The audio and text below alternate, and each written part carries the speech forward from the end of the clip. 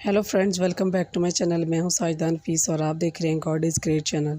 खुदावंद के ज़िंदा जलाली और बाबरकत नाम में आपको मेरा दिली सलाम। मेरा ईमान है कि खुदावंद के फजल व करम से आप खैरियत से होंगे। सो आज की वीडियो में हम सीखेंगे हलीम होने के हवाले से कलाम मुक़द्दस में हमें क्या दर्स मिलता है और हमें किस कदर अपने आप को छोटा बना कर रखना चाहिए।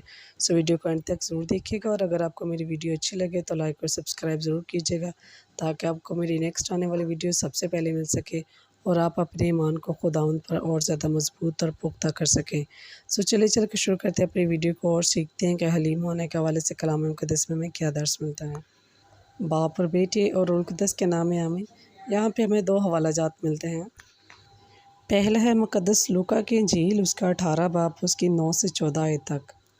कलाम मुक़द्दस में कुछ यूँ लिखा है, फिर उसने बाज़ लोगों से जो अपने पर भरोसा रखते थे कि हम रास्तबाज़ हैं और बाकी आदमियों को नाचीज़ जानते थे, ये तमसील कही कि दो शख्स हैकल में दुआ करने लगे, एक फरीसी और दूसरा महसूल लेने वाला। फरीसी खड़ा होकर अपने जी में यूँ दुआ करने लगा, ए खुदा, मैं तेरा शुक्र करता हूँ कि बाकी आदमियों की तरह ज़ालिम, बेइंसाफ़, ज़नाकार या उस महसूल लेने वाले की मानद नहीं हूँ।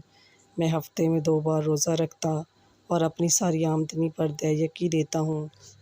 लेकिन महसूल लेने वाले ने दूर खड़े होकर इतना भी ना चाहा कि आसमान की तरफ आँख उठाए, बल्कि छाती पीट पीट कर कहा, ए खुदा, मुझ गुनहगार पर रहम कर।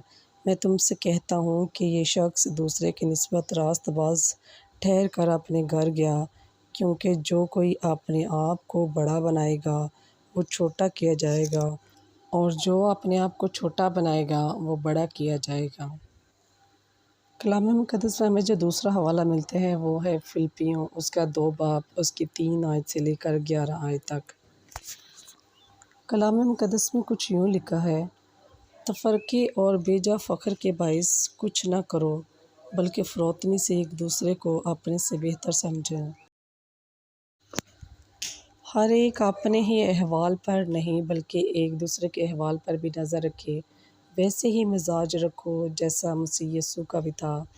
उसने अगरचे खुदा की सूरत पर था, खुदा के बराबर होने को कब्ज़े में रखने की चीज़ ना समझा, बल्कि अपने आप को खाली कर दिया और खादम की सूरत इख्तियार की और इंसानों के मुशाबह हो गया और इंसानी शक्ल में ज़ाहिर होकर अपने आप को पस्त कर दिया और यहाँ तक फरमाबरदार रहा कि मौत बल्कि सलीबी मौत गवारा की। इसी वास्ते खुदा ने भी उसे बहुत सरबुलंद किया और उसे वो नाम बख्शा जो सब नामों से आला है, ताकि यीशु के नाम पर हर एक घुटना झुके, ख्वाह आसमानियों का हो, ख्वाह ज़मीनियों का, ख्वाह उनका जो ज़मीन के नीचे हैं, और खुदा बाप के जलाल के लिए हर एक ज़बान इकरार करे कि यीशु मसीह खुदावंद है। आज पाक कलाम के पढ़े और सुने जाने पर खुदावंद की ख़ास बरकत हो, खुदावंद का शुक्र हो।